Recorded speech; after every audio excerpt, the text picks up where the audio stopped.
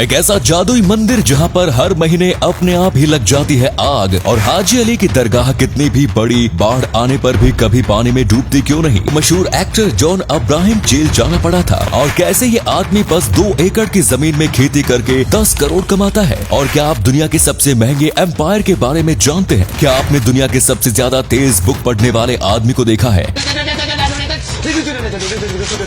ऐसे ही अनोखे फैक्ट्स जानने के लिए बने रहना वीडियो के एंड तक। नंबर 1, क्रिकेट के खेल में जितनी अहम भूमिका खिलाड़ी की होती है उतनी ही अंपायर की भी मानी जाती है। मैदान पर अंपायर का एक गलत फैसला पूरे मैच की तकदीर बदल सकता है। और आपने कई बार दुनिया के सबसे महंगे खिलाड़ियों के बारे में सुना होगा, पर क्या आप दुनिया के सबसे महंगे अंपायर के बारे में जानते हैं? अगर नहीं तो वो है पाकिस्तान के पूर्व खिलाड़ी अलीम डार। अलीम ने वर्ल्ड कप 2003, 2007, 2011 जैसे कई अहम टूर्नामेंट में अंपायरिंग की। इतना ही नहीं, उन्हें 2009-10 में अंपायर ऑफ द ईयर के खिताब से भी नवाजा जा चुका है। खबरों की माने तो डार को टेस्ट मैच में अंपायरिंग के लिए 2,10,874 रुपए, T20 के लिए 70,291 रुपए और वनडे इंटरनेशनल मैच के लिए 1,54,641 रुपए जैसी मोटी फीस मिलती है। इन सब के अलावा उन्हें हर साल 31,63,117 रुपए की सालाना सैलरी भी मिलती है। नंबर 2, दोस्तों हमारे भारत देश में ऐसे बहुत से मंदिर स्थापित हैं जो अपने आप में बहुत ही प्राचीन है और विख्यात। वैसा ही एक मंदिर है राजस्थान में। ये मंदिर राजस्थान में इडाणा माता मंदिर के नाम से जाना जाता है। वैसे तो आपने बहुत सारे चमत्कारिक स्थलों के बारे में सुना होगा, लेकिन इसकी दास्तान बिल्कुल अलग है और चौंकाने वाली है। यहाँ स्थित देवी माँ की प्रतिमा से हर महीने में 2 से 3 बार अग्नि प्रज्वलित होती है। इस अग्नि स्थान से माँ की संपूर्ण चढ़ाई गई चुनरियाँ, धागे भस्म हो जाते हैं और इसे देखने के लिए माँ के दरबार में भक्तों का मेला लगा रहता है।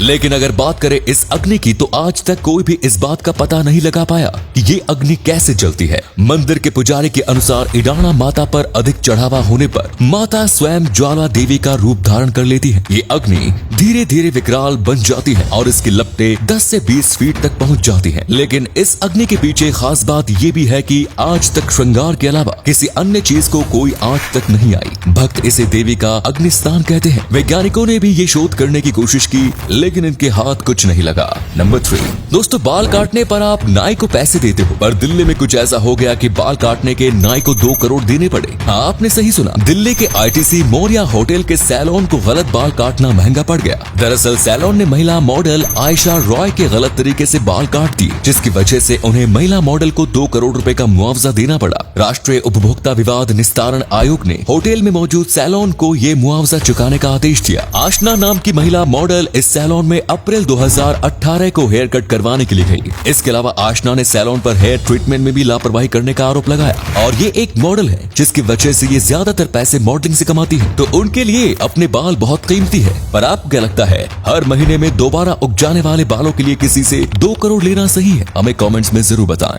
हाजी अली दरगाह कभी भी पानी में डूबती क्यों नहीं है? अगर आप कभी हाजी अली की दरगाह पर गए होंगे तो आपने देखा होगा वो चारों तरफ से पानी से घिरी है, फिर भी इसे कभी आंच नहीं आती। तो हाजी अली जब अपने भाई के साथ भारत आए थे तो तब उनका मन इस जगह पर आ गया था और उन्होंने यही अपने घर को बनाने का सोचा। और जब वो अपने अंतिम समय पर आ गए थे तब उन्होंने सोचा कि वो अपनी आखिरी सांस मक्का में लेंगे, पर उनको पता था कि वो शायद वहाँ तक नहीं पहुँच पाएंगे। तो उन्होंने सबको कहा था कि अगर ऐसा हो तो उन्हें ताबूत में रख के पानी में डाल दें, और ऐसा ही हुआ। इन्होंने मक्का पहुँचने से पहले ही इस दुनिया को अलविदा कर दिया। और फिर जब इनके ताबूत को पानी में डाला गया तो वो ताबूत घूम फिर के वही जगह आ गया जहां हाजी अली रहते थे, और ताबूत ना तो पानी में डूबा और ना ही पानी ताबूत के अंदर गया। ये चमत्कार से कम नहीं, और इसीलिए लोग मानते हैं कि हाजी अली की रक्षा खुद अल्लाह करते हैं, जिसकी वजह से वो डूबता नहीं। नंबर 5, दोस्तों आपको मशहूर एक्टर जॉन अब्राहम के बारे में तो पता ही होगा। जो इनके फैन हैं वो जानते होंगे कि इनको बाइक का कितना बड़ा शौक है, और इसी वजह से इन्हें जेल जाना पड़ा था और कई सालों तक कोर्ट के चक्कर लगाने पड़े। दरअसल एक रात ये अपनी बाइक पर एक राइड लेने निकले और ये रात को बहुत तेज बाइक चला रहे थे, जिसकी वजह से इन्होंने 2 लोगों को ठोक दिया जो बाइक में जा रहे थे। ये एक्सीडेंट छोटा मोटा नहीं था और इसमें इन दोनों की जान जाते जाते बची, लेकिन जॉन ने अपनी गलती मानी और उन्हें जल्दी से हॉस्पिटल हॉस्पिटल लेके गए। हॉस्पिटल जाने के बाद कोर्ट में भी इन्होंने अपनी गलती मान ली और इन्होंने कुछ वक्त जेल में भी बिताया, लेकिन फिर इन दोनों के कहने पर ही इनकी सजा कम कर दी गई। इसके बाद से जॉन बहुत केयरफुल होके बाइक चलाते हैं। नंबर 6 दोस्तों, 2 एकड़ की जमीन पर ये आदमी करता है एक ऐसी खेती जो आपके होश उड़ा देगा। दरअसल ये व्यक्ति IIT से ग्रेजुएट है और इसने भारत में ऐसी खेती करना शुरू किया है जो 95% पानी को बचाता है। ये पिछले 2 साल से खेती कर रहे हैं, फिर भी ये सेम पानी का ही इस्तेमाल कर रहे हैं और ये जो खेती करते हैं वो जमीन नहीं बल्कि पानी के ऊपर करते हैं। दरअसल ये पौधों को पानी के ऊपर उगाते हैं और फिर पौधे उग जाने के बाद ये पानी मछली के टैंक में चला जाता है और फिर जब ये पानी मछली के पोटी से गंदा हो जाता है उसके बाद इस पानी को फर्टिलाइज करके उसके ऊपर फिर से पौधे उगाए जाते हैं। इसमें पानी बिल्कुल वेस्ट नहीं होता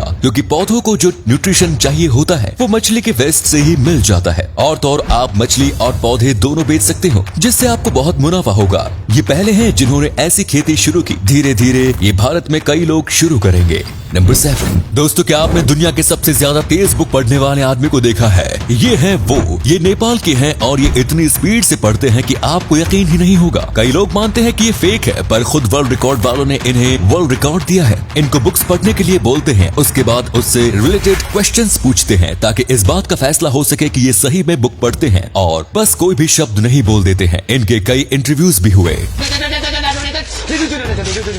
नंबर 8 गुजरात के सबसे बड़े शहर अहमदाबाद में एक बच्चे का ख्वाब जिला कलेक्टर ने पूरा किया। यहाँ 11 साल की बच्ची ब्रेन ट्यूमर से जूझ रही है और उसकी बचपन से इच्छा थी कि वो जिला कलेक्टर बने और अहमदाबाद के कलेक्टर संदीप सांगले ने उसका ये सपना पूरा करवाया और एक दिन के लिए उसे अहमदाबाद का कलेक्टर बना दिया और ये सब मेक विश ऑर्गेनाइजेशन की वजह से ही मुमकिन हो सका। दरअसल ये एक ऐसा ऑर्गेनाइजेशन है जो कि किसी जानलेवा बीमारी से पीड़ित बच्चों की इच्छा पूरी करता है ताकि बच्चों को जीने की ताकत मिले और वो जल्दी से ठीक हो जाए। और इसीलिए इस ऑर्गेनाइजेशन ने अहमदाबाद के कलेक्टर से बात की और जिला कलेक्टर संदीप सांगले ने एक दिन के लिए कलेक्टर बनने की इजाजत दे दी। संदीप सांगले ने एक इंटरव्यू में कहा था कि वो चाहते हैं कि इनका ऑपरेशन सक्सेसफुल हो जाए और फ्यूचर में ये कलेक्टर बने। तो दोस्तों, वीडियो अच्छा लगा तो लाइक कर देना। ऐसे ही वीडियोस देखते रहना चाहते हैं तो पेज को फॉलो कर देना। वीडियो देखने के लिए धन्यवाद।